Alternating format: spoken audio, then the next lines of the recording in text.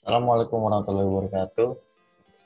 Nama saya Muhammad Nudio Putra Semono dengan NIM 2009 116023. Berikut merupakan presentasi saya dari kuis ujian akhir semester mata kuliah Teknik Peramalan. Soal yang nomor pertama, cek stationary data di atas dan berikan alasan mengapa data tersebut tidak bisa disebut stationary atau bisa disebut stationary. Dan jika data tersebut bukan stationary, buatlah data tersebut menjadi stationary dengan teknik differencing. Dan cek apakah data di atas termasuk white noise atau bukan. Yang pertama ada jumlah pendaftaran sekolah.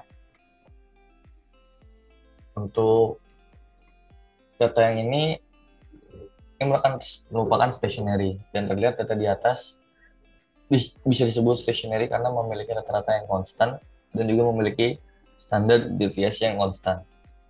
Namun data di atas tidak merupakan white noise. Pertanyaan selanjutnya ada jumlah penebangan pohon. Data di atas tidak dapat dikatakan sebagai stationary karena terdapatnya seasonality-nya. Data di atas bisa diubah dengan menggunakan teknik regular differencing.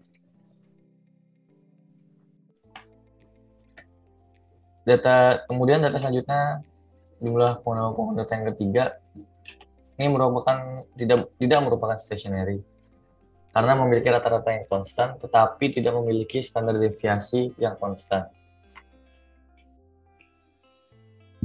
Kemudian bisa juga diubah ke stationary menggunakan teknik regular differencing. Contohnya. Kemudian di data keempat bisa kita lihat ini merupakan stationary karena memiliki rata-rata konstan dan juga standar deviasi yang konstan. Data yang kelima tidak termasuk stationary karena mengalami perubahan pada covariance dan mean.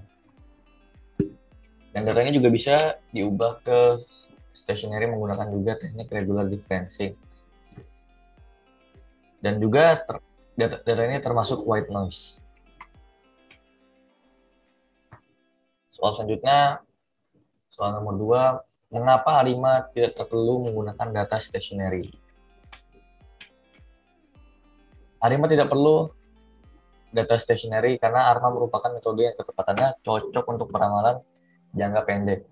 Namun untuk peramalan jangka panjang ketepatannya kurang baik karena biasanya cenderung flat atau konstan untuk periode yang cukup panjang. ARIMA menggunakan nilai masa lalu dan sekarang dari variabel dependen untuk menghasilkan peramalan jangka pendek yang akurat.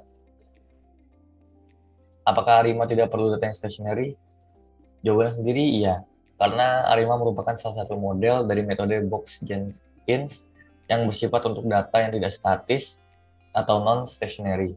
Faktanya mayoritas data yang ditemui merupakan data yang tidak stationary, melainkan integrated.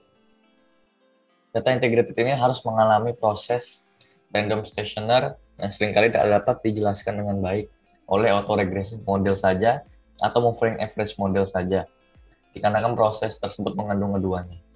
Oleh karena itu, campuran kedua model yang disebut autoregressive integrated moving menjadi lebih efektif menjelaskan proses itu. Pada model campuran ini, series stationer merupakan fungsi linear dari nilai lampau beserta nilai sekarang dan kesalahan lampaunya. Soal nomor 3. ARIMA memiliki suatu parameter P, D, dan Q. Jelaskan secara singkat. Parameter P dan Q. Parameter P sendiri merupakan order untuk proses autoregressive AR. Dan parameter D merupakan order yang menyatakan banyaknya proses diferensi yang dilakukan pada data time series yang tidak stationer. Dan parameter Q adalah order yang menyatakan proses moving average. Cara mendapatkan nilai parameter P, D, dan Q, pertama ada grafik data autokorelasi, grafik autokorelasi parsial, autokorelasi fungsi function, dan partial autocorrelation function. Soal nomor 4. Perhatikan data pada di materi di atas. Tentukan mana yang bukan time series dan mana yang disebut time series. Tentukan jenis time series apakah univariate atau multivariate. Data yang pertama. Pemasukan toko dari toko ABC. Dapat dilihat di samping bahwa data 1 tidak termasuk time series karena tidak adanya variabel yang ketergantungan dengan tahun kuartal pada pemasukan toko ABC.